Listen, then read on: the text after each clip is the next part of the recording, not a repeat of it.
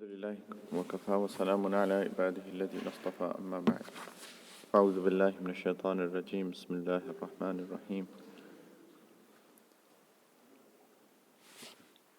اللهم صل على سيدنا محمد وعلى آل سيدنا محمد وبارك وسلم اللهم صل على سيدنا محمد وعلى آل سيدنا محمد وبارك وسلم اللهم صل على سيدنا وحبيبنا محمد وعلى آل سيدنا محمد وبارك وسلم اللهم انفعنا بما علمتنا وعلمنا ما ينفعنا وزدنا علما یا فتاح یا فتاح یا فتاح.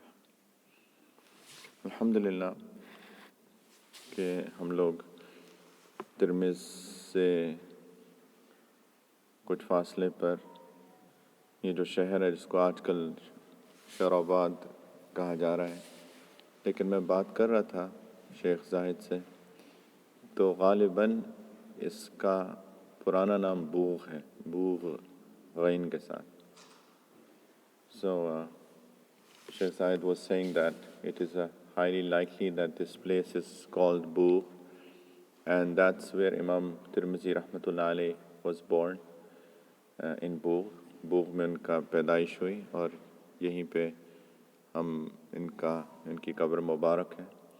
تو اس لیے ان کی نسبت one of the nisbats of Imam Tirmizi rahmatullah alayh is Bughi, is Tirmizi, and he's also Bughi. And when we were entering the complex, you must have noted it says Abu Isa, well, I-X-A, but that Isa, Abu Isa Muhammad bin Isa bin Surah bin Musa.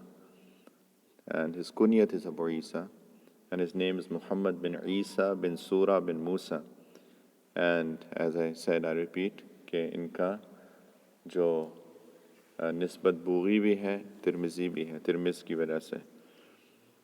ترمذ ہم نے ابھی دیکھا، ترمذ کو مدینۃ الرجال بھی کہا جاتا ہے، کیونکہ یہاں پہ بہت بڑے بڑے علماء اور محدثین آئے.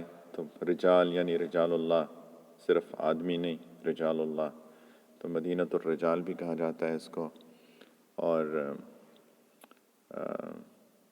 ایک تو امام ترمذی ہیں، ایک حکیم ترمذی ہیں، وہ بھی بہت بڑے محدث اور فقیہ گزرے ہیں، اور انشاءاللہ ان کے کمپلیکس میں بھی ہم ابھی جائیں گے یہاں سے. اور اس کے علاوہ اور بھی بہت سارے یہاں پہ علماء ان کی. اور ایک اور چیز جو ہم نے دیکھی ترمذ میں، وہ جو دریا تھا جیحون، یا پھر کریکس میں آکسس ریور، یا ان کی لوکل میں امو دریا جو کہ پرانا نام ہے، امو دریا، یہ سارے ایک ہی دریا کے نام ہیں. تو بیسکلی ہماری حنفی کتابوں کے اندر بہت عام ذکر ہوتا ہے ما وراء النہر، کہ جو کہ اس دریا کے دوسری طرف ہے. تو یعنی وہ علاقہ جو کہ اس دریا کے دوسری طرف ہے، ما وراء النہر. تو وہ نہر جو ہے یہ آکسس ریور ہے، یا پھر دریائے جیحون ہے، یا پھر امو دریا ہے. اور یہ بہت مشہور علاقہ، اب الحمدللہ پچھلے 6 دن سے ہم لوگ ادھر ہیں اور ہم لوگ دیکھ رہے ہیں کہ یہاں سے شروع ہوتا ہے ترمذ سے، اور ترمذ سے پھر اور فردر ایسٹ، اب سمرقند، بخارا، تاجکستان اور باقی سارے علاقے جو اس سینٹرل ایشیا کے جو علاقے ہیں، یہ اللہ تعالیٰ نے اس کو بہت قبولیت دی ہے. ہم پرسوں درسوں بھی بات کر رہے تھے امام بخاری رحمۃ اللہ علیہ کہ جب ہم کمپلیکس میں گئے تھے کہ یہ سب قبولیت کی بات ہے، قابلیت کی بات نہیں ہے، یہ قبولیت کی بات ہے. یہ اٹس آل اباؤٹ ایکسیپٹنس. یہ عجم لوگ ہیں، یہ لوگ عرب نہیں ہیں، لیکن اللہ تعالیٰ نے ان کو قبول کیا ہے، تو اللہ تعالیٰ سے قبولیت مانگنی چاہیے، ایک مانگنے کی چیز ہے.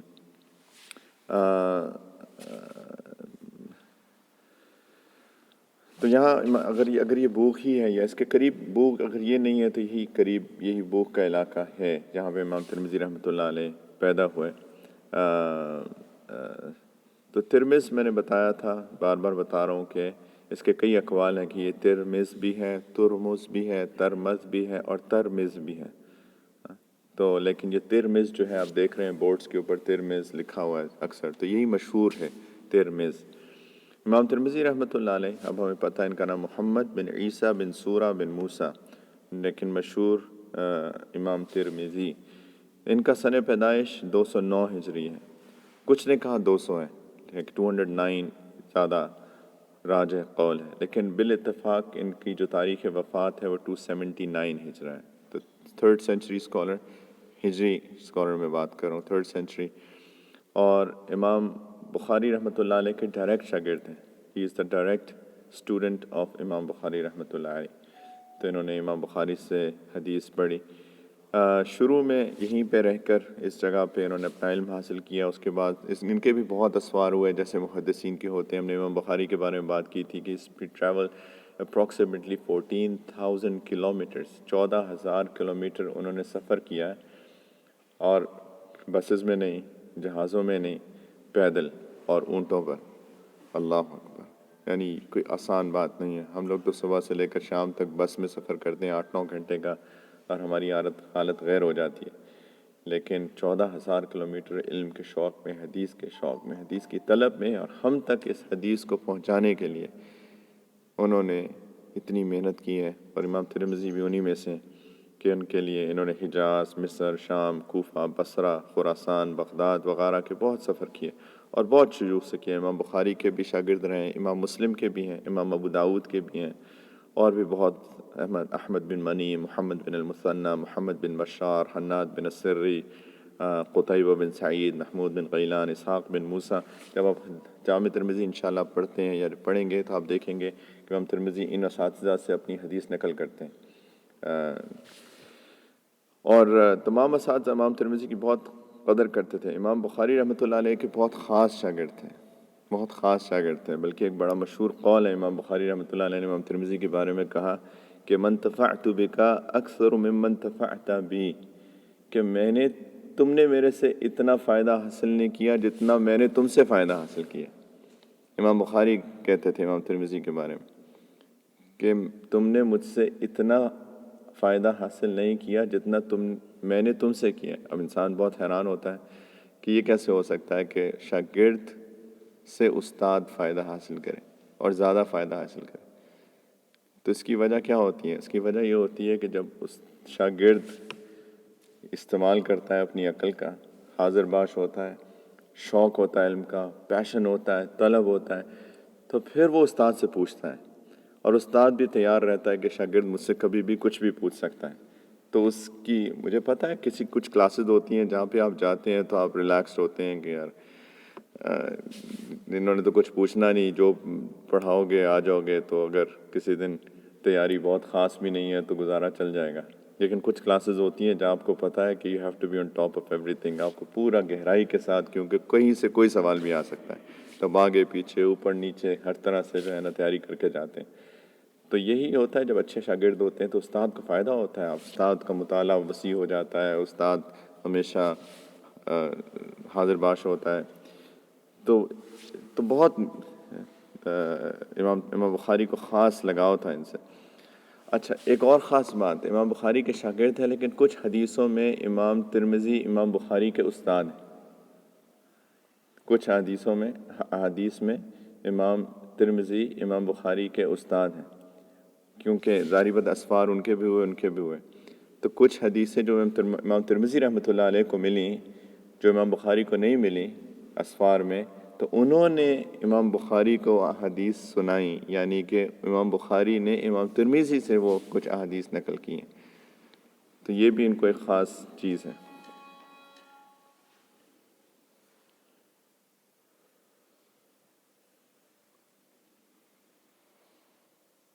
مثال کے طور پہ ایک حدیث ہے، سیدنا علی رضی اللہ تعالی عنہ نے سے روایت ہے، نبی کریم صلی اللہ علیہ وسلم نے سیدنا علی سے فرمایا لا یحل لأحد ان یجنب فی هذا المسجد غیری وغیرک.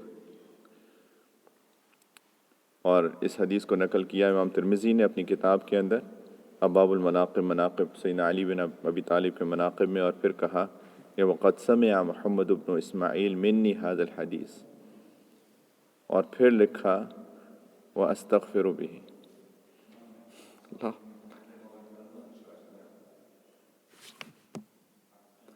کہ میرے استاد نے یہ حدیث مجھ سے سنی ہے اور میں اس پہ استغفار کرتا ہوں.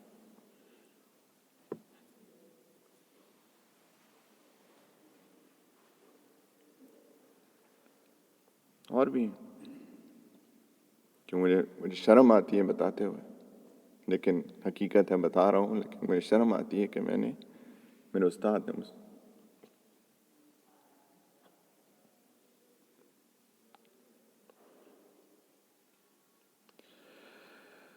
اللہ اکبر، ادب کی انتہا تھی.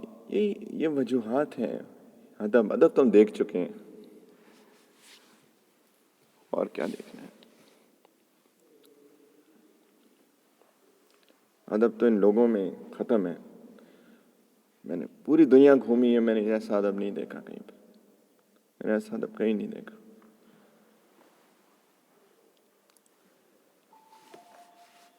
اس کو پلیز سائلنٹ کر لیں، وائبریٹ کر لیں. جو بھی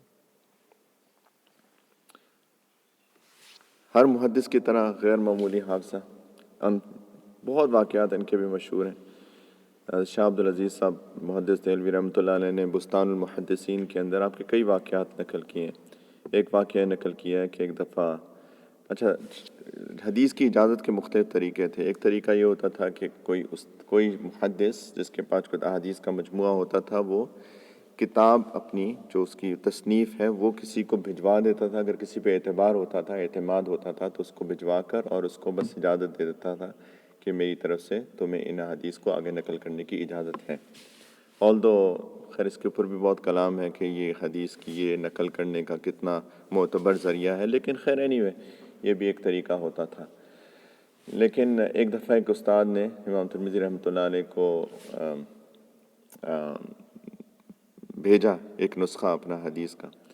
تو پھر کسی سفر میں تھے امام ترمذی، تو اس استاد سے ملاقات ہو گئی. تو اب زیادہ بہتر طریقہ تو یہ ہوتا ہے کہ آپ سماعت کریں، یعنی خود سنیں، ایز اپوز ٹو کہ آپ صحیفہ آپ تک پہنچے. تو انہوں نے کہا کہ استاد مجھے وہ حدیثیں سنا بھی دیجئے. تو ان استاد نے کہا اچھا وہ جو میں نے تمہیں صحیفہ بھیجا تھا وہ لے کے آؤ. تو امام ترمذی گئے، اپنے سامان کو ٹٹولا. تو ان کو تو نہیں خیال تھا کہ استاد ان سے ملاقات ہو جائے گی. تو انہوں نے کیا کیا کہ ایک کاغذ نکالا اور وہ لے کے آ گئے اور نے کہا استاد آپ سنائیے. تو انہوں نے سنانی شروع کی. تھوڑی دیر بعد جب ان کی نظر پڑی اس کاغذ پہ تو وہ تو کتاب ان کی صحیفہ نہیں تھا. تو ان کو بڑا غصہ آیا. انہوں نے کہا تم مجھ سے مذاق کر رہے ہو؟ انہوں نے کہا نہیں استاد ایسی بات تو نہیں ہے.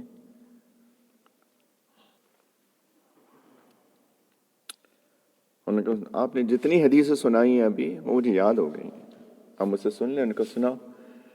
تو پوری کی پوری جو تک استاد نے اس وقت جو ان کو سنائی تھی انہیں اول تا آخر اسناد کے ساتھ اسی وقت بیٹھے بیٹھے سنا دی. انہوں نے کہا اصل میں تو میں یاد نہیں رہا، میرے پاس ہے نہیں وہ صحیفہ، لیکن آپ نے کہا تو مجھے خالی ہاتھ آتا برا لگا تو میں کاغذ لے آیا. لیکن آپ کی ساری حدیثیں یاد ہو گئی ہیں. استاد اتنے خوش ہوئے. انہوں نے وہ جو صحیفہ تھا وہ تو تھا ہی، اس کے علاوہ 40 اس سے علاوہ بھی ان کو حدیثیں ان کو سنائیں. اور پھر انہوں نے کہا میں تمہارا جیسا میں نے کبھی کوئی نہیں دیکھا، تمہارے جیسے حافظے والا. ایک اور واقعہ ہے جو کہ بڑے فقہا نے لکھا ہے لیکن پتہ نہیں کس کتاب کے اندر ہے. لیکن ایک دفعہ آخر میں امام ترمذی رحمۃ اللہ علیہ کی آنکھیں چلی گئی تھیں، نابینا ہو گئے تھے. اور اس کی بھی مختلف چیزیں لوگوں نے لکھی ہوئی ہیں کیوں نابینا ہوئے تھے. کچھ نے کہا خشیت الہی بہت تھی، بہت روتے تھے تو ایکسٹرا رونے کی وجہ سے ان کی آنکھیں چلی گئیں. اور کچھ نے لکھا ہے جب امام بخاری رحمۃ اللہ علیہ کا انتقال ہوا تو ان کے غم میں بہت روتے تھے. اللہ عالم، لیکن کہ اکثر بہت کثرت البکا سے ان کی آنکھیں چلی گئی تھیں. تو ایک دفعہ حج کے سفر پہ یا عمرے کے سفر پہ، غالباً حج کے سفر پہ تشریف لے کے جا رہے تھے. تو یہیں سے چلے حجاز کی طرف. تو چلتے چلتے نابینا تھے، نظر نہیں آ رہا تھا. تو ایک دم چلتے چلتے اپنے استاد جو شاگرد تھے ساتھ ان کو کہا کہ نہیں، انہوں نے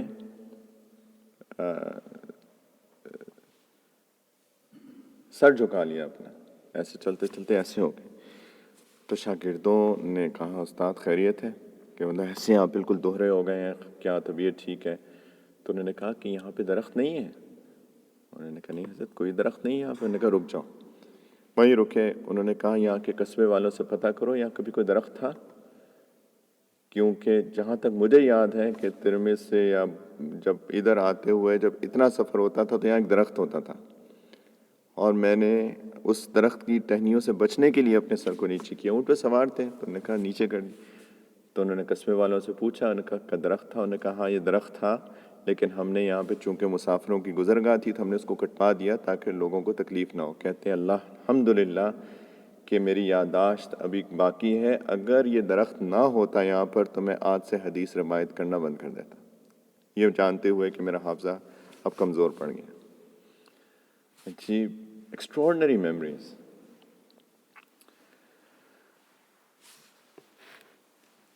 ان کی کنیت ابو عیسیٰ۔ ابو عیسیٰ بڑی ایک عجیب کنیت ہے، کیونکہ ایک حدیث میں آتا ہے نبی کریم علیہ الصلوۃ والسلام نے منع فرمایا ابو عیسیٰ کنیت رکھنے سے۔ انہوں نے کہا کیونکہ عیسیٰ علیہ الصلوۃ والسلام کے کوئی والد نہیں تھے، مریم علیہ الصلوۃ والسلام سے ان کی پیدائش تھی بغیر باپ کے، تو ابو عیسیٰ کنیت نہیں رکھ سکتے، لیکن ان کی کنیت ابو عیسیٰ۔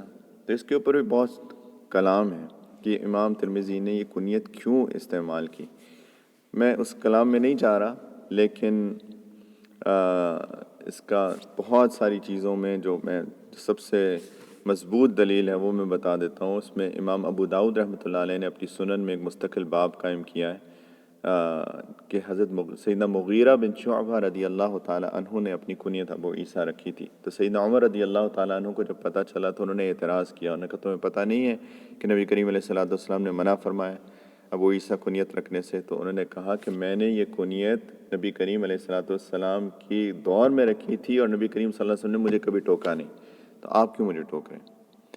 تو اس سے علماء نے استدلال یہ نکالا کہ یہ شروع میں منع کیا تھا نبی کریم علیہ الصلوۃ والسلام نے، لیکن بعد میں اجازت دے دی تھی، جیسے اور بہت ساری چیزوں میں، تاکہ شروع میں عقیدہ پکا ہو جائے کہ سیدنا عیسیٰ علیہ الصلوۃ والسلام بن باپ کے اولاد تھے۔ جب لوگوں کو پتہ چل گیا کہ ہاں یہ عقیدہ ہمارا ہونا چاہیے، تو پھر نبی کریم علیہ الصلوۃ والسلام نے اجازت دے دی۔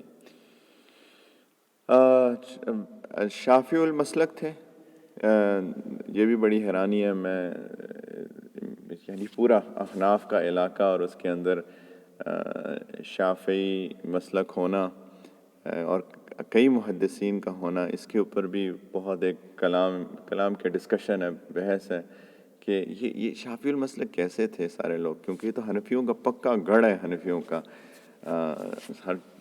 تو خیر ایک تو وجہ یہ تھی کہ ان کے سفر حجاز میں بہت ہوئے، مصر میں، شام میں، تو وہاں پہ مصر میں تو شافعی ہیں، شام بھی آدھا آدھا، کچھ حنفی ہیں کچھ شافعی ہیں، تو ایک تو ان سے پلس جو مزاج ہے نا حدیث کا، وہ شافعی مذہب سے ملتا جلتا ہے، کیونکہ جو اصول فقہ ہیں احناف کے، یہ آپ یہ سمجھیں کہ جو امام ابو حنیفہ رحمۃ اللہ علیہ نے یہ کیا کہ انہوں نے مسائل کو سامنے رکھا اور پھر اس کی دلیل نکالی قرآن حدیث اجماع قیاس سے۔ یعنی مثال کے طور پہ کسی نے پوچھا کہ اگر آپ کو ٹھوکر لگ جائے اور آپ گر جائیں اور خون نکل آئے تو اس وضو ٹوٹے گا کہ نہیں ٹوٹے گا؟ مسئلہ سامنے آیا، آنکھیں کھول کے مسئلہ پہلے سامنے آیا، پھر اس کی دلیل نکالی قرآن حدیث اجماع قیاس سے۔ یہ احناف کا طریقہ ہے، اور جو دوسرے ائمہ ہیں ان کا طریقہ یہ ہے کہ حدیث سامنے رکھی اور پھر حدیث سے استدلال احکام نکالیں، مسائل نکالیں کہ اچھا اس حدیث سے کیا کیا مسائل نکل سکتے ہیں۔ سمجھ میں آئی بات؟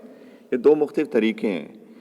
تو چونکہ محدث ہیں تو محدث کا جو لگاؤ ہوتا ہے وہ حدیث سے ہوتا ہے، تو یہ بھی ایک بات لکھی گئی ہے کہ ہو سکتا ہے کہ جو محدثین شافعی المسلک اس لیے بھی تھے کہ ان کا مزاج حدیث کا تھا، اور جو باقی ہیں ان کا جو طریقہ کار ہے، جبکہ دونوں ایک طریقے ہیں۔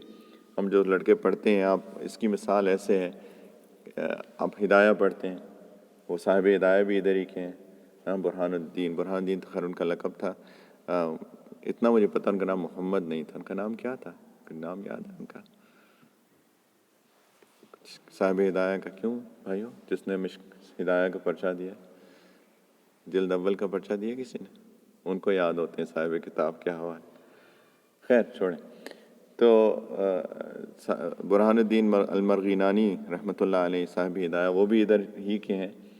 وہ جو ہے نا، وہ ہے احناف کا مزاج کہ مسئلہ اس کے بعد دلائل، اور جب انشاءاللہ دورے میں جو لڑکے پڑھ لیے ہیں یا پڑھ رہے ہیں یا پڑھیں گے انشاءاللہ تعالی، وہ جو ہم انشاءاللہ پڑھیں گے وہ ہے باقی ائمہ کا مزاج۔ تو ایک ہی بات ہے، ادھر سے آپ پکڑ لیں ادھر سے آپ پکڑ لیں، لیکن یہ بھی ایک بات لکھی گئی ہے کہ کہ کئی محدثین شافعی المذہب کیوں تھے، واللہ تعالی عالم.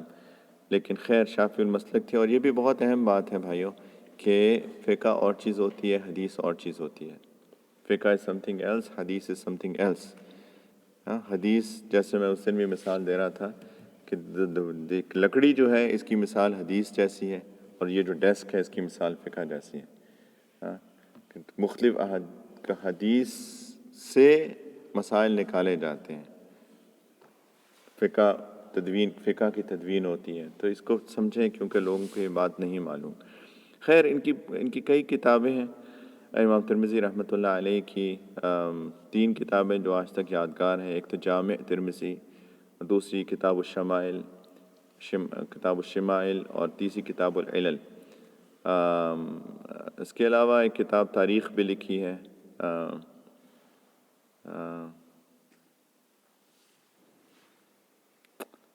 حافظ ابن کثیر رحمۃ اللہ علیہ نے البدایہ والنہایہ میں ان کی ایک تفسیر کا بھی ذکر کیا ہے، لیکن اللہ عالم کہ وہ تفسیر کہاں ہے اور تاریخ کی کتاب کہاں ہے، لیکن ہے.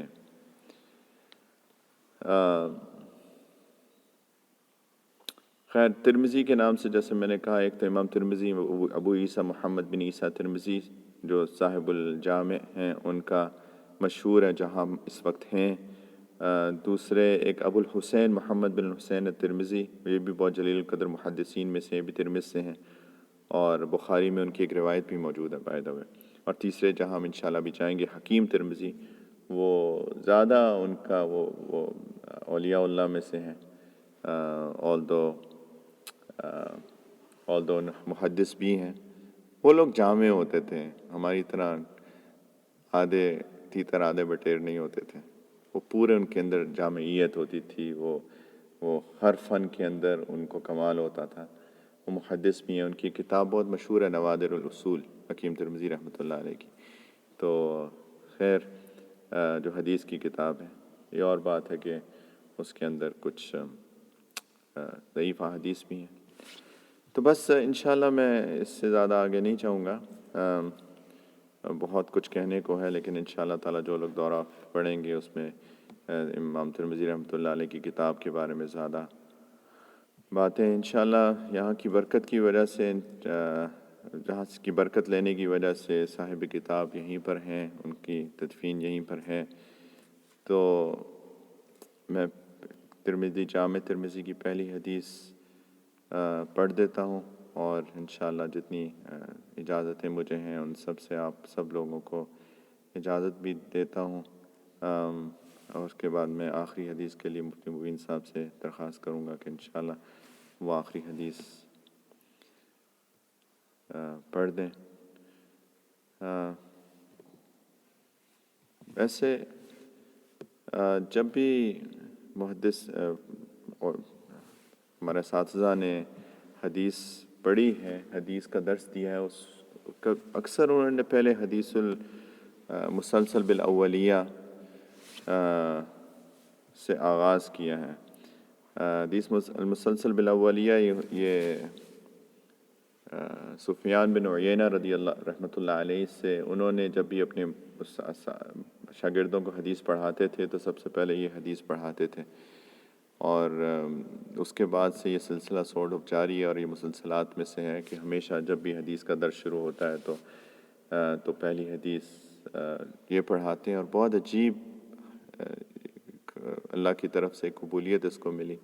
اور وہ حدیث یہ سیدنا عمر بن العاص یعنی عبداللہ بن عمر رضی اللہ تعالی عنہ سے روایت ہے کہ نبی کریم صلی اللہ علیہ وسلم فرمایا، قال رسول اللہ صلی اللہ علیہ وسلم الراحمون یرحمهم الرحمن تبارک و تعالی ارحموا من فی الارض یرحمکم من فی السماء. یہ حدیث المسلسل بالاولیہ کے شروع میں اولاً اسی حدیث کا درس دیا جاتا ہے کہ جو لوگ رحم کرتے ہیں رحمان ان پر رحم کرتا ہے.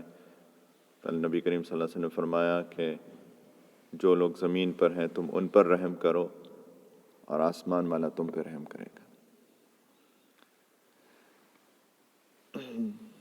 مزاج سمجھ میں آتا ہے نا ہمارے دین کا،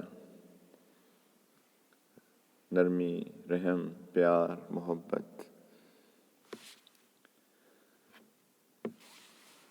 پہلا باب جو امام ترمذی رحمۃ اللہ علیہ نے باندھا ہے وہ ابواب الطہارہ ہے۔ اچھا، جامع ترمذی، یہ جامع بھی ہے کتاب، یہ سنن بھی ہے کتاب۔ جامع وہ کتاب ہوتی ہے جس میں 8 ابواب سے 8 مضامین سے متعلق جس کے اندر احادیث ہوتی ہیں، تو جامع البخاری بھی ہے۔ سنن بھی ہے، سنن وہ کتاب ہوتی ہے جس میں جو کتاب حدیث کی کتاب فقہی ابواب سے کے مطابق ترتیب ہوتی ہے، یعنی جیسے فقہ میں اب پہلے باب الطہارہ ہوتا ہے، پھر باب الصلاۃ ہوتا ہے وغیرہ، تو یہ وہ احادیث کی کتابیں جس میں فقہی اعتبار سے ابواب لکھے جاتے ہیں، ان کو سنن کہتے ہیں۔ تو یہ سنن بھی ہے، تو پہلا باب ابواب الطہارہ ہے عن رسول اللہ صلی اللہ علیہ وسلم، اور جو چیپٹر کا نام ہے، جو ترجمۃ الباب ہے، وہ ہے باب ما جاء لا تقبل صلاۃ بغیر طہور، کہ یہ باب ہے اس کے بارے میں کہ نماز قبول نہیں ہوتی طہارت کے بغیر۔ تو اپنی سند کے ساتھ وہ بھی بالسند المتصل منی الی الامام الترمذی رحمۃ اللہ علیہ قال حدثنا قتيبة بن سعيد قال أخبرنا أبو عوانة عن سماك بن حرب وبه قال حدثنا هناد قال حدثنا وكيع عن إسرائيل عن سماك عن مصعب بن سعد عن ابن عمر رضي الله تعالى عنهما عن النبي صلى الله عليه وسلم قال لا تقبل صلاة بغير طهور ولا صدقة من غلول قال حناد في حديثه إلا بطهور۔ یہ حدیث امام ترمذی رحمۃ اللہ علیہ نے اپنے 2 استادوں سے نقل کی ہے، ایک قتیبہ بن سعید سے اور ایک حناد سے۔ متن تقریباً ملتا جلتا ہے، لیکن سیدنا عبداللہ بن عمر رضی اللہ عنہما سے یہ روایت ہے، نبی کریم علیہ الصلاۃ والسلام سے روایت کرتے ہیں کہ نبی کریم صلی اللہ علیہ وسلم نے فرمایا کہ لا تقبل صلاۃ بغیر طہور، کہ نماز قبول نہیں ہوتی طہارت کے بغیر، ولا صدقۃ من غلول، اور صدقہ قبول نہیں ہوتا دھوکے کے مال سے یا چوری خیانت کے مال سے۔ قبولیت 2 طرح کی ہوتی ہے۔ اب ہم نے وہاں پہ بھی حدیث بخاری میں پہلی حدیث پڑھی تھی انما الاعمال بالنیات، کہ اعمال کا دار و مدار نیتوں پر ہے۔ قبولیت نہیں ہوتی اگر نیت خالص نہیں ہوگی تو۔ اسی طریقے سے یہاں پہ بھی قبولیت کی بات ہو رہی ہے، قبولیت قبولیت قبولیت۔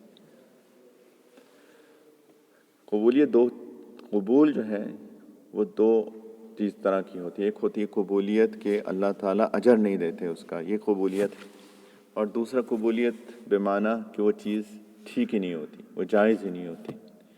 تو یہ دونوں معنی کے اندر یہاں پہ آیا ہوا ہے، لا تقبل صلاۃ بغیر طہور، کہ نماز قبول نہیں ہوتی طہارت کے بغیر، یعنی نماز ہوتی ہی نہیں ہے، جائز ہی نہیں ہے، انویلڈ ہے۔ اور دوسرا ولا صدقۃ من غلول، یعنی لا تقبل صدقۃ من غلول، کہ خیانت کے مال سے صدقہ قبول نہیں ہوتا، یعنی اس کا اجر نہیں ملتا۔ صدقہ ہو جاتا ہے لیکن اس کا اجر نہیں ملتا۔ تو دونوں معنی میں یہ حدیث آئی ہے، قبول کے دونوں معنی میں، اور یہ ایک متن ہے، اور دوسری میں یہ جو انہوں نے قتیبہ بن سعید سے نقل کی اس میں یہ الفاظ ہیں، اور جو حناد نے ان کو حدیث تھوڑا سا فرق ہے، ولا صدقۃ من غلول، لا تقبل صلاۃ بغیر طہور کی جگہ ہے ولا تقبل صلاۃ الا بطہور، جس کا مطلب وہی بنتا ہے، زیادہ فرق نہیں ہے۔ تو یہ پہلی حدیث ہے۔ تو اللہ تعالیٰ ہم سب کو حدیث کا نور عطا فرمائے۔ حدیث کا نور ہوتا ہے بھائیو۔ ہمارے بڑوں نے کہا کہ جب حدیث کا درس ہو رہا ہو تو ایسے اس کو سننا چاہیے جیسے نبی کریم علیہ الصلاۃ والسلام خود کلام فرما رہے ہیں، یعنی جیسے ان کی مجلس میں بیٹھنا چاہیے۔ صحابہ کیسے بیٹھتے تھے؟ صحابہ کے بارے میں آتا ہے کہ وہ ایسے بیٹھ کے سنتے تھے، کبھی سر نہیں کھجاتے تھے، کبھی ایسے نہیں کرتے تھے، کبھی آنکھیں بند کر کے نہیں بیٹھ جاتے تھے، وہ ایسے غور سے سنتے تھے کہ اگر پرندہ ان کے سروں پہ آگے بیٹھ جاتا تو پرندہ نہ اڑتا۔ یہ اتنے سٹل ہوتے تھے وہ لوگ، اتنے غور سے سنتے تھے۔ ان ذالک کیا ہے، ان فی ذالک لذکری لمن کان لہ قلب او القی السمع وہو شہید۔ قرآن میں ہے نا کہ اس کے اندر نصیحت انہی کو ملتی ہے جن کے پاس ایک تو دل ہو اور غور سے سنیں اور حاضر ہوں دماغی طور پہ، دلی طور پہ، تب نور ملتا ہے۔ تو حدیث کا نور ہوتا ہے، تو حدیث کا نور اسی وقت ملتا ہے جب ادب ہو، طلب ہو، غور سے سنیں، نیت عمل کی ہو، تب نور آتا ہے۔ ان لوگوں کو نور اسی طرح سے ملا ہے، انہوں نے نور حاصل کیا حدیث کا، اسی لیے اللہ نے ان کو قبول کیا، اسی لیے ہم یہاں بیٹھے ہیں، اتنی دور سفر کر کے آئے ان کے بارے میں جاننے، اس علاقے کو دیکھنے اور اصالِ ثواب کی نیت سے سنت جو ہے قبور قبرستان جانا اور وہ بھی مسنون ہے، ہر چیز ساری نیتیں شامل ہیں ہمارے۔ تو انشاءاللہ ہم اس جہاں بار بار دعا کر رہا ہوں اللہ ہمیں حدیث کا نور دے دیں۔ انشاءاللہ اس دعا مانگ کے جائیں، اللہ کرے ہمارا شرح صدر ہو جائے، حدیث کی محبت ہمارے دل میں آ جائے۔ انشاءاللہ میں مفتی مبین صاحب سے درخواست کروں گا کہ اگر پلیز وہ آخری حدیث کو بھی پڑھ لیں اور آپ کو انشاءاللہ تعالیٰ تاکہ جامع ترمذی کی برکت بھی ہم لے کے جائیں انشاءاللہ۔ وآخر دعوانا الحمدللہ رب العالمین۔ اس کا دعا کریں گے۔ بسم اللہ الرحمن الرحیم، الحمد للہ رب العالمین، اللہم صلی علی سیدنا محمد وعلی آل سیدنا محمد وبارک وسلم۔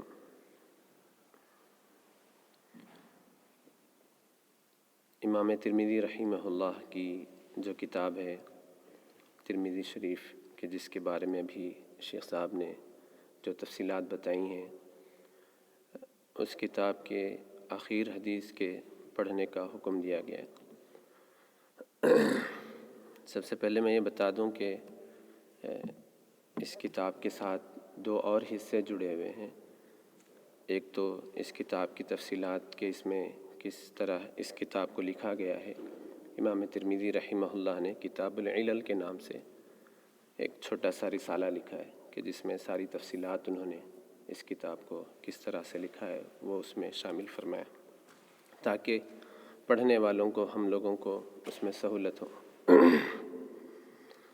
کیونکہ حضرت نے کتاب کے لکھنے کا جو انداز اختیار کیا تھا فقہا کے اقوال اور ان کے دلائل کے اعتبار سے، حضرت کا یہ طریقہ محدثین میں سب سے پہلے آپ ہی نے ایجاد کیا تھا،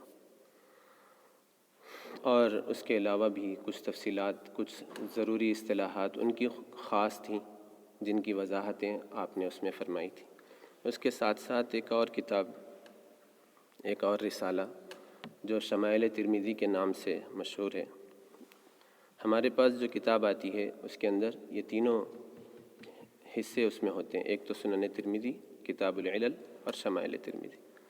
تو میں جو آخر حدیث پڑھ رہا ہوں وہ شمائل ترمذی کی آخر حدیث نہیں ہے بلکہ سنن ترمذی جو ہے اس کی آخر حدیث پڑھ رہا ہوں۔ اس میں جو باب آخر میں امام ترمذی رحمہ اللہ نے قائم فرمایا ہے وہ باب فی فضل الشام والیمن۔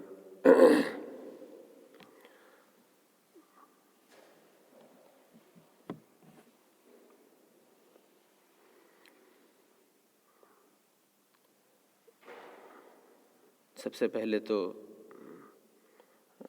چونکہ یہاں پر ہم امام ترمذی رحمہ اللہ کے مزار کے بالکل قریب، مقبرے کے بالکل قریب بیٹھے ہیں،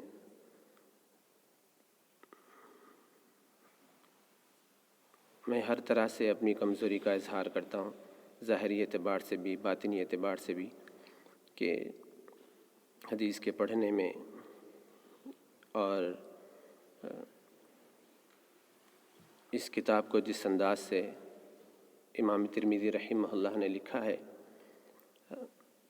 اس کا حق کسی بھی اعتبار سے میں ادا نہیں کر سکتا، لیکن چونکہ ذمہ داری اس کتاب کی کچھ حصے کی میرے ذمے ہے تو ایک چھوٹی سی کوشش ہے، اللہ تعالی ہماری طرف سے، میری طرف سے اس کو قبول فرمائے، اور جو کمیاں اس میں ہو رہی ہیں آپ سب سے درخواست ہے کہ میرے لیے دعا فرمائیں کہ ان کمیوں کو اللہ تبارک و تعالی معاف فرمائے۔ میری جو سند ہے اس سند کے ساتھ میں اس حدیث کو پڑھنا چاہتا ہوں کہ وَبِالسَّنَدِ الْمُتَّصِلِ مِنَّا إلى صاحب هذا القبر. الإمام الترمذي رحمه الله قال: حدثنا بشر بن آدم بن ابنة أزهر السماني قال: حدثني جدي أزهر السماني عن ابن عون عن نافع عن ابن عمر رضي الله عنهما أن رسول الله صلى الله عليه وسلم قال: اللهم بارك لنا في شامنا، اللهم بارك لنا في يمننا. قالوا: وفي نجدنا؟ فقال: اللهم بارك لنا في شامنا، اللهم بارك لنا في يمننا. قالوا: وفي نجدنا؟ قال: هنالك الزلازل والفتن وبها أو قال منها يخرج قرن الشیطان. یہ آخر ابواب جو امام ترمذی رحمہ اللہ نے قائم فرمائے ہیں ابواب المناقب کے نام سے. مناقب یہ منقب کی جمع ہے، جس کے اندر عام طور پر محدثین لوگوں کے احوال یعنی ان کی فضیلت کے سلسلے میں حضور صلی اللہ علیہ وسلم نے، جیسے صحابہ اکرام ہیں اور ایسے ہی حضور صلی اللہ علیہ وسلم کی بھی ابتداً بیان کرتے ہیں، اس کے بعد جیسے صحابہ اکرام کا درجہ ہے اس درجے کے اعتبار سے ابواب قائم کرتے ہیں. پھر آخر میں کچھ محدثین اسی کے تحت حضور صلی اللہ علیہ وسلم نے اپنے زمانے کے جو علاقے ہیں ان علاقوں کے اعتبار سے اگر کوئی فضیلت بیان کی ہو تو اس کا تذکرہ کرتے ہیں. یہاں پر حضور صلی اللہ علیہ وسلم نے اس حدیث کے اندر شام اور یمن کے بارے میں کچھ دعائیہ کلمات کہے ہیں کہ جس کو حضرت امام ترمذی رحمہ اللہ نے یہاں پر بابو ما جاء فی فضل الشام والیمن کے عنوان سے اس باب کو قائم فرمایا. اس میں حضور صلی اللہ علیہ وسلم نے جو دعائیہ کلمات ان دونوں ملکوں کے سلسلے میں دیے ہیں وہ وہاں پر ملا علی قاری رحمہ اللہ فرماتے ہیں کہ شام کو حضور صلی اللہ علیہ وسلم نے اس لیے مخصوص فرمایا دعا کے لیے کہ وہ اولیاء اللہ انبیاء اکرام کا مقام تھا، کہ وہاں پر بہت سارے انبیاء اکرام تشریف لائے تھے، اس لیے وہ آلریڈی پہلے ہی سے بابرکت مقام تھا. لیکن زیادتی برکت اور وہاں کے لوگوں کے لیے، مومنین کے لیے برکت کی حضور صلی اللہ علیہ وسلم نے دعا دی. اور اس کے بعد جو یمن کے سلسلے میں جو دعا حضور صلی اللہ علیہ وسلم نے دی، چونکہ وہاں پر محدثین یہاں پر یہ لکھتے ہیں کہ یہ اولیاء اللہ کا مقام ہے، کہ یہاں پر بہت سارے اولیاء اللہ گزرے ہیں اور حضور صلی اللہ علیہ وسلم نے وہاں کے لوگوں میں امانتیں دیکھی ہیں، جیسا کہ دوسری احادیث میں آتا ہے صداقت اور امانت ان کے اندر بہت زیادہ تھی دیگر ممالک اور دیگر جگہوں کے مقابلے میں. اس لیے حضور صلی اللہ علیہ وسلم نے وہاں کے لوگوں کے لیے دعا دی. اس سے بات پتہ چلتی ہے کہ جن جگہوں پر یا جن لوگوں کے اندر صداقت، امانت اور اچھائیاں، اعمال حسنہ ہوا کرتے ہیں ان کے لیے برکت کی دعا دی جاتی ہے. اس کے بعد صحابہ اکرام نے پوچھا، کچھ صحابہ اکرام وہاں پر موجود تھے جو دوسرے علاقوں کے تھے، تو انہوں نے یہ درخواست کی کہ وفی نجدنا، کہ ہمارے علاقوں کے لیے بھی برکت کی دعا دی جائے. تو حضور صلی اللہ علیہ وسلم نے پھر سے انہی دو ممالک کے لیے دعا دی، برکت کی. پھر دوسری مرتبہ انہوں نے درخواست کی کہ ہمارے علاقوں کے لیے بھی دعا دے دی جائے. تو حضور صلی اللہ علیہ وسلم نے فرمایا کہ ہنالک الزلازل والفتن. محدثین یہاں پر لکھتے ہیں کہ زلازل یہ زلزلے کی جمع ہے، جس کے معنی حصی، محدثین نے لکھا ہے کہ حصی اعتبار سے بھی وہاں پر زلزلے زیادہ آ سکتے تھے اور لوگوں کے دلوں میں بھی وہاں ٹھہراؤ نہیں تھا، کبھی صداقت پر رہتے تھے، کبھی امانت پر رہتے اور کبھی اس سے ہٹ جاتے تھے. یعنی اعمال حسنہ، اعمال سیئہ، یہ دونوں ان کے اعمال حسنہ پر برابر ٹھہرے ہوئے نہیں رہتے تھے، کبھی اعمال حسنہ کبھی سیئہ. اس لیے حضور صلی اللہ علیہ وسلم نے وہاں کے لیے برکت کی دعا نہیں دی، ورنہ تو سیئات وہاں پر بہت زیادہ بڑھنے کا امکان تھا. ایسے ہی فتن، کہ وہاں پر فتنے، آزمائشیں، بلائیں، مصیبتیں وہاں پر بہت زیادہ ہونے کا امکانات تھا. اسی لیے حضور صلی اللہ علیہ وسلم نے وہاں کے لیے برکت کی دعا نہیں دی. ایسے ہی حضور صلی اللہ علیہ وسلم نے یہ بھی بعض روایتوں میں آتا ہے کہ یہاں پر کہ حضور نے یہ فرمایا کہ یہ شیطان کے حربوں کے نکلنے کا ذریعہ ہے۔ ان ممالک میں شیطان یعنی اعمال سیئہ اسی جانب اشارہ ہے کہ جو زلازل اور فتن اوپر حضور صلی اللہ علیہ وسلم نے بتایا ہے، اسی جانب دوسرے جملے کے ذریعے سے بھی حضور صلی اللہ علیہ وسلم نے یہ بات بتائی۔ تو بہرحال اس حدیث سے یہ بات پتہ چلی ہمارے لیے کہ جو علاقے برکت والے ہوتے ہیں، جو امانت اور صداقت والے ہوتے ہیں، اعمال حسنہ والے ہوتے ہیں، جیسے یہ علاقے، یہاں کے لوگ، یہاں کے فقہا، یہاں کے علماء، یہاں کے اولیاء، اس مقام میں برکت تھی، تو اس برکت کی وجہ سے یہاں پر اس طرح کے علماء، فقہا اور مشائخ ہمارے بہت سارے یہاں پر پیدا ہوئے ہیں۔ تو ان علاقوں کے لیے دعائیں دی جاتی ہیں، اور ان علاقوں میں رہنے کے لیے امیدیں باندھی جاتی ہیں، اور جن علاقوں میں اس طرح کی چیزیں نہیں ہوتی ہیں، ان علاقوں سے دور بھاگنے کا حکم دیا جاتا ہے، یا جن علاقوں میں برائیوں کے امکانات ہوتے ہیں یا جہاں پر عذابات آئے ہوئے ہوتے ہیں، وہاں سے دور ہونے کا حکم دیا جاتا ہے۔ اللہ تبارک و تعالیٰ سے دعا ہے کہ اللہ تعالیٰ ہم سب کو نیک لوگوں کے ساتھ رہنے اور نیک مقاموں کو اختیار کرنے والا بنائے، اور برے لوگوں کے ساتھ، برے لوگوں کی صحبت سے اور برے مقامات سے دور رہنے والا ہم سب کو بنائے۔ جزاکم اللہ حسنا۔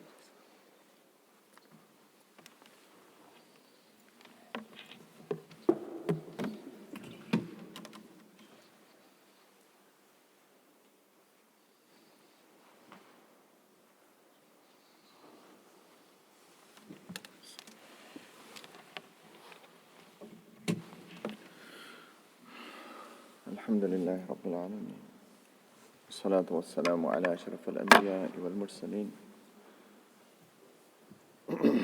اللهم لك الحمد، اللهم لك الشكر. جزا الله عنا سيدنا محمد صلى الله عليه وسلم ما هو أهله. جزا الله عنا سيدنا محمد صلى الله عليه وسلم ما هو أهله. جزا الله عنا سيدنا محمد صلى الله عليه وسلم ما هو أهله.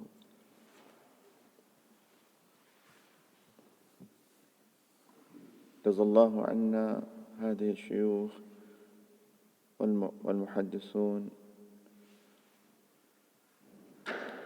والمحدثين والفقهاء والأولياء في هذه المقامات وفي كل البلاد. ربنا ظلمنا أنفسنا وإن لم تغفر لنا وترحمنا لنكونن من الخاسرين. يا حي يا قيوم برحمتك نستغيث، يا بديع السماوات والأرض، يا فاطر السماوات والأرض، يا حنان يا منان، يا ذا الجلال والإكرام، يا أرحم الراحمين، يا أرحم الراحمين، يا أرحم الراحمين. لا إله إلا أنت سبحانك إنا كنا من الظالمين. لا إله إلا أنت سبحانك إنا كنا من الظالمين. لا إله إلا أنت سبحانك إنا كنا من الظالمين. رب اغفر وارحم وأنت خير الراحمين. ربنا لا تزغ قلوبنا بعد إذ هديتنا وهب لنا من لدنك رحمة إنك أنت الوهاب. لا إله إلا أنت سبحانك إنا كنا من الظالمين. نعوذ بالله من الشيطان الرجيم. نعوذ بالله من شرور أنفسنا. نعوذ بالله من شرور أنفسنا. نعوذ بالله من شرور أنفسنا ومن سيئات أعمالنا. نعوذ بالله من الفتن ما ظهر منها وما بطن. نعوذ بالله من فتنة المسيح الدجال. نعوذ بالله من عذاب الدنيا وعذاب القبر وعذاب الآخرة. اللهم إنا نسألك حبك وحب نبيك صلى الله عليه وسلم، وحب كتابك، وحب من يحبك، وحب عمل يقربنا إلى حبك. ربنا هب لنا من أزواجنا وذرياتنا قرة أعين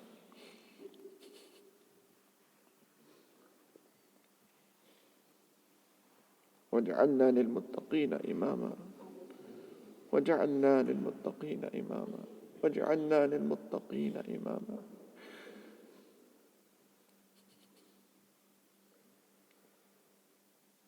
ربنا اصرف عنا عذاب جهنم إن عذابها كان غراما إنها كانت مستقرا ومقاما.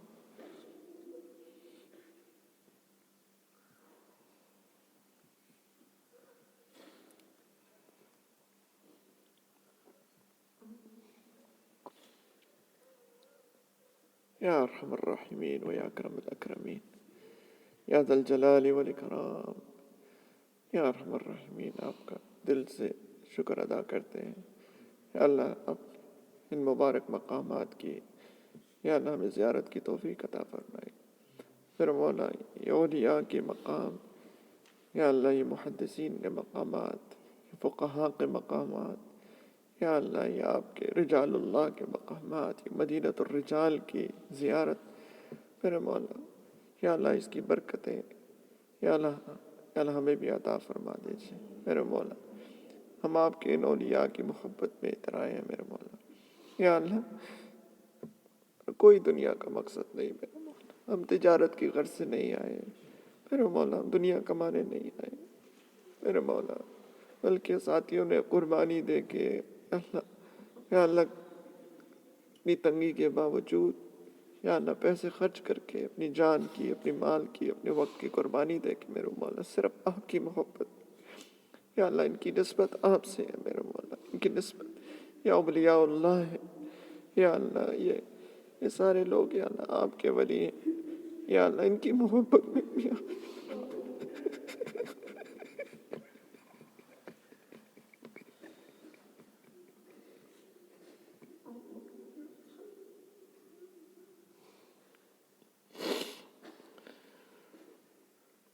یا اللہ جب قیامت کے دن اعلان ہوگا این المتحابون فی جلالی، یا اللہ ہمارا نام بھی ان کے اندر لکھ لینا. یا اللہ آپس میں ایک دوسرے سے محبت کرنے والے لوگ، یا ارحم الراحمین، یا اللہ یا اللہ یا ارحم الراحمین. یا اللہ ہمیں بھی قبول فرما لیجیے جیسے آپ نے ان لوگوں کو قبول فرمایا. یا اللہ ہم کمزور ہیں، یا اللہ کسی بھی امتحان کے قابل نہیں ہیں میرے مولا، ہمیں بلا امتحان، بلا آزمائش، بلا فتنوں کے میرے مولا قبول فرما لیجیے اپنے دین کی خدمت کے لیے، قرآن کی خدمت کے لیے، حدیث کی خدمت کے لیے، اللہ آپ کے نام کو دنیا میں عام کرنے کے لیے. یا اللہ یہ سارے جو اولیاء ہیں، یا اللہ امام ترمذی اور باقی سارے اولیاء جن کی قبور پہ ہمیں حاضری کی توفیق ہوئی میرے مولا، انہوں نے آپ کی محبت کو حاصل کیا. یا اللہ آپ کے دین کی خدمت پہ اپنی زندگیاں لگائیں، اور یا اللہ آپ کی محبت کو لوگوں میں عام کیا. یا اللہ نبی کریم علیہ السلام کی محبت دل میں اپنائی، اللہ اس پہ عمل کیا، سنت کی اتباع کی اور اس کو لوگوں میں عام کیا. اللہ ہمارے دلوں میں بھی آپ اپنی محبت، نبی کریم علیہ السلام کی محبت، اپنے کلام پاک کی محبت، حدیث کی محبت، اس کا نور یا اللہ ہمارے دلوں میں بھی ڈال دیجیے. یا اللہ ہماری زندگیوں کو بھی سراپا نور بنا دیجیے، اور یا اللہ ہمیں بھی اس نور کو آگے پھیلانے کی توفیق عطا فرمائیے اخلاص کے ساتھ، یا اللہ محض آپ کی رضا کے لیے. اور میرے مولا قیامت کے دن ہمیں بھی ان کے قدموں میں جگہ عطا فرمانا یا ارحم الراحمین. یا اللہ آپ نبی کریم علیہ السلام نے حق فرمایا المرء مع من احب، کہ لوگ انہیں کے ساتھ قیامت کے دن ہوں گے جن سے وہ محبت کرتے ہیں. میرے مولا اللہ میں آپ کو گواہ بنا کے کہتا ہوں،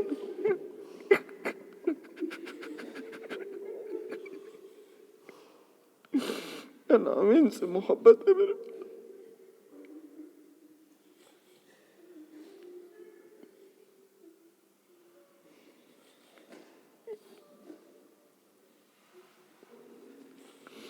ان سب سے محبت ہے میرے مولا، ان کے قدموں میں ہمیں جگہ عطا فرما دینا میرے مولا.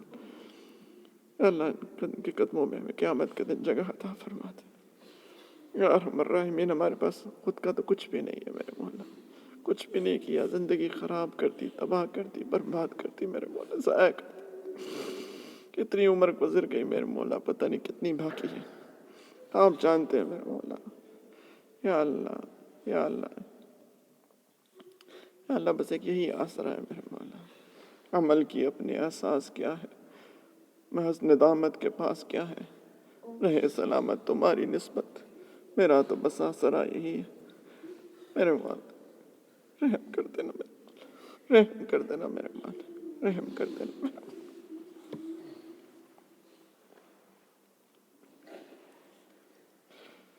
اے اللہ، ہمارے گھر والوں کو، ہماری اولاد کو، ہماری نسلوں میں ایک ایک شخص کو یا اللہ اسی دین پہ چلنے کی، اس پہ عمل کرنے کی، اس کی سمجھنے کی، یا اللہ اس کی خدمت کی توفیق کے ساتھ زندہ، یا اللہ ان کو زندگی عطا فرمائی، عافیت کے ساتھ، دجالی فتنوں سے بچا کے میرے مولا، یا ارحم الراحمین، عافیت کے ساتھ، کرم کے ساتھ، رحم کے ساتھ میرے مولا۔ یا اللہ ہم قابل نہیں ہیں، یا اللہ ہمیں پتہ آپ کے یہاں قابلیت نہیں، قبولیت چلتی ہے، اللہ قبولیت مانگتے ہیں، عافیت کے ساتھ قبولیت مانگتے ہیں۔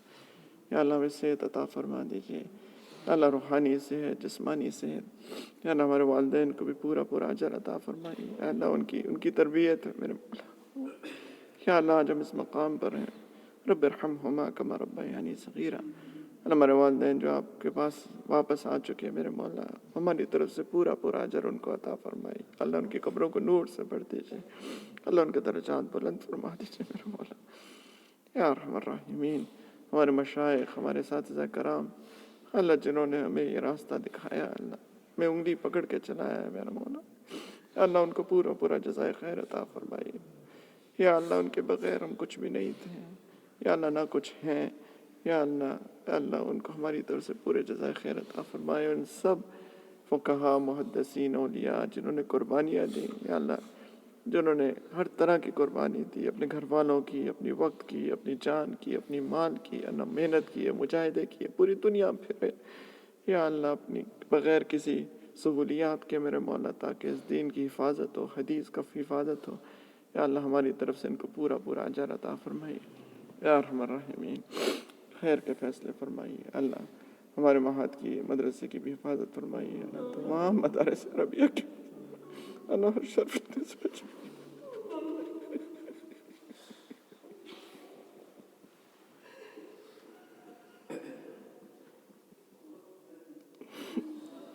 اللہ ہمیں اس کی خدمت کے لیے قبول فرمائے۔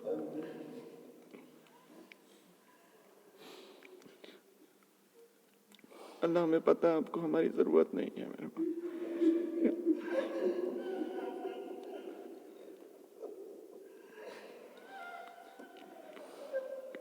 ہم محتاج ہیں میرے پاس، ہم محتاج ہیں میرے پاس، ہم محتاج۔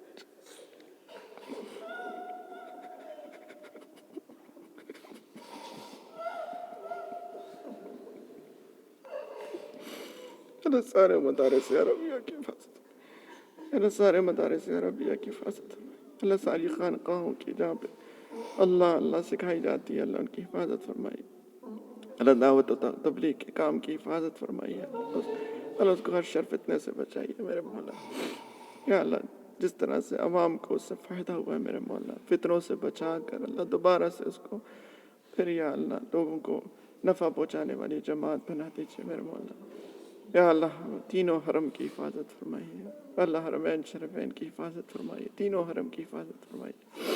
یا ارحم الراحمین، دین کی خدمت کے جتنے کام ہو رہے ہیں میرے مولا، اللہ سب کی حفاظت فرمائیے، ان کو اخلاص عطا فرمائیے، قبولیت عطا فرمائیے میرے مولا۔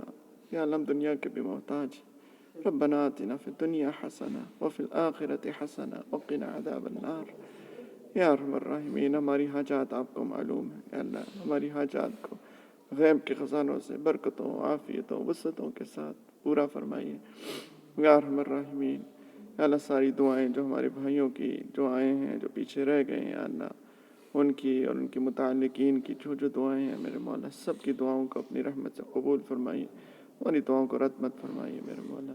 اللہ یہ وبا جو پھیلی ہے اس کو ٹال دیجیے، اللہ جو بیمار ہے صحت دیتے ہیں، خاص طور پہ ہمارے ایک بھائی میرا اللہ ان کی والدہ بیمار ہے میرے مولا، ان کو صحت کاملہ عاجلہ مستمر عطا فرمائیے۔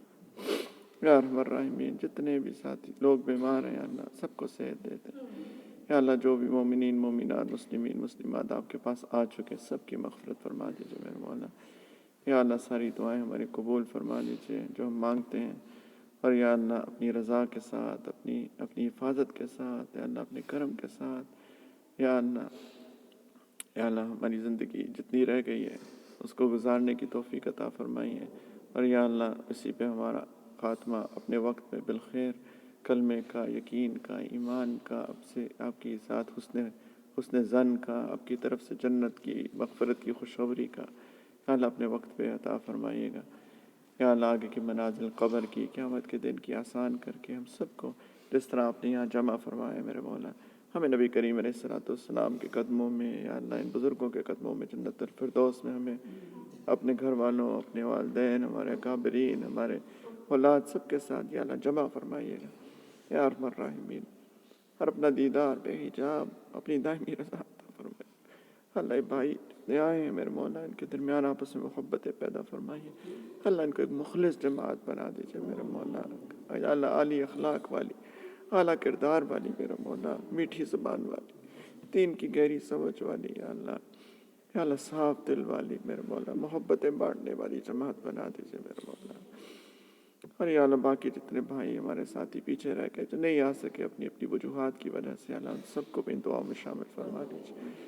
ربنا تقبل منا انك انت السميع العليم وتب علينا انك انت التواب الرحيم، صلى الله على النبي الكريم وعلى آله وصحبه اجمعين برحمتك يا ارحم الراحمين، والحمد لله۔